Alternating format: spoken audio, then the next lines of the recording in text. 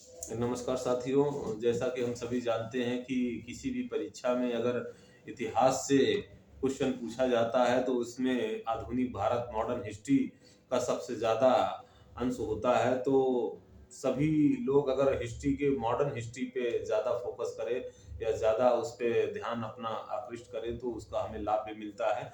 तो modern history के तहत आज मैं शुरुआत कर रहा हूँ। शुरुआत से ये यूरोपीय कंपनियों के आगमन से लेके लास्ट तक बिल्कुल आपको हिस्ट्री के बारे में एक एक पॉइंट ड्यू टू पॉइंट बताऊंगा और आपको समझाऊंगा अच्छी तरीके से। आप अगर वीडियो को देखेंगे पूरा और सुनेंगे तो आपको अच्छा लाभ मिल सकता है, फैक्ट भी तैयार होंगे और एक आपकी विचारधारा भी अच्छी बनेगी। सबसे पहले मैं यहाँ पे चर्चा करना चाहूंगा डार्डवेल का। तो डार्डवेल का एक कथन है कि डार्डवेल ने कहा था कि संभवतः मध्य युग की किसी भी अन्य घटना का सभ्य संसार पर इतना प्रभाव नहीं पड़ा जितना कि भारत के समुद्री मार्ग खुल जाने से। तो ये पूछा जाता है कि उक्त कथन किस इतिहासकार का है, तो ये डार्डवेल का कथन है। इसी के आगे साथियों हम आपसे चर्चा करना चाहेंगे कि यूरोपीय कंपनियों को, जो यूरोप के निवासियों को, यूरोपीय देशों को भारत और पूर्वी देशों के साथ व्यापार करने के लिए जल मार्ग की आवश्यकता क्यों पड़ी। क्योंकि व्यापार तो बहुत पहले से ही चल रहा था। तो इसके लिए जो व्यापार करने का जो रास्ता था वो भारत में मुख्यतः दो भागों से विदेशी प्रवेश कर सकते थे। प्रथम जो था उत्तर पश्चिम सीमा को पार करके, जो प्रसिद्ध और परंपरागत स्थल था। दूसरा समुद्री मार्ग द्वारा। तो यूरोप के साथ व्यापारिक संबंध प्राचीन काल से यूनानियों के समय से ही था। स्थल और जल मार्ग दोनों व्यापारिक रूप से प्रयोग किए जा रहे थे। स्थल मार्ग जो था वो बाल्कन प्रदेशों से टर्की, फारस, ईरान, इराक होता हुआ अफगानिस्तान पहुंचता था। फिर खैबर, कुर्रम, बोलन और गोमल आदि दर्रों से होता हुआ भारत तक पहुंचता था। दूसरा जो जल मार्ग था भूमध्य सागर अथवा काला सागर द्वारा लाल सागर, फारस की खाड़ी, अरब सागर होता हुआ भारत पहुंचता था। ये व्यापारिक मार्ग 14वीं शताब्दी तक निर्बाध रूप से चलते रहे। लेकिन जो जो 15वीं शताब्दी में अरबों का प्रसार बढ़ा त्यों त्यों ये मार्ग असुरक्षित होने लगे।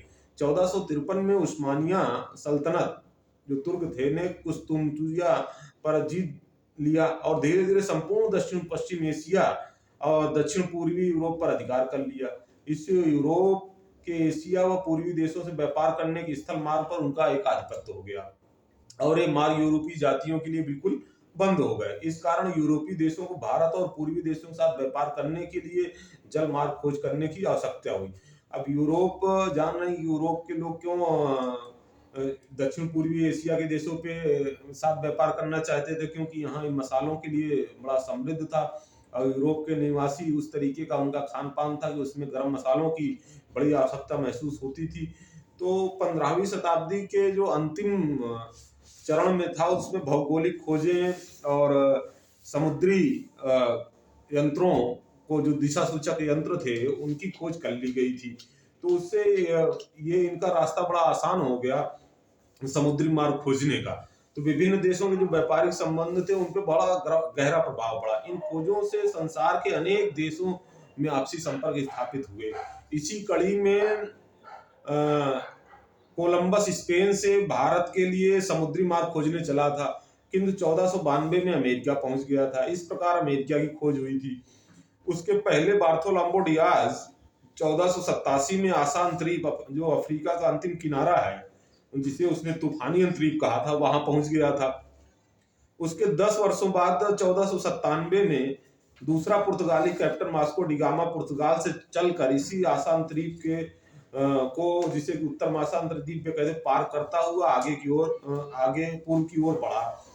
वो जब वास्को डिगामा चला था तो उसका बार्थोलोम्बो डियाज को भी उसने अपने साथ ले लिया था, क्योंकि उसको उत्तरी महासागर तक जो है कि आने का अनुभव था। तो उसने कहा कि मेरे साथ चलो, फिर आगे हम देखते हैं कि कैसे रास्ता उसका निकलेगा। तो ये उत्तर महासागरीय पे आए तो वहां पे पूर्व की ओर जब बढ़ा तो वहां अब्दुल मजीद नामक जो गुजराती पथ प्रदर्शक था उसकी सहायता से ये आगे बढ़े और 20 मई 1498 को भारत के पश्चिमी तट पर स्थित बंदरगाह ये कालीकट पहुंच गए थे। इस प्रकार भारत के लिए एक नया समुद्री मार्ग खोजा गया। इस प्रकार इसे देखें तो इसे केप ऑफ गुड होप मार्ग नाम दिया गया था। इसके बाद जो साथियों भारत में यूरोपवासियों के आने का जो क्रम है यह अधिकतर पूछा जाता है।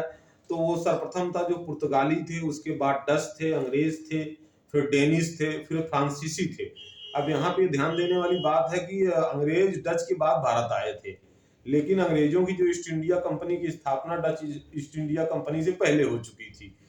तो इसका अगर आप शॉर्ट फॉर्म बनाना चाहें तो इसको इस तरीके ही बना सकते हैं कि PDADF, PDADF।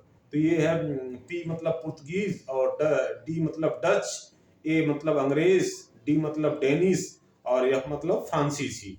तो अधिकतर परीक्षाओं में इसका क्रम भी पूछा जाता है और मिलाने के लिए भी दे देता है। इस बात को हम लोगों को ध्यान रखना है। धन्यवाद सर।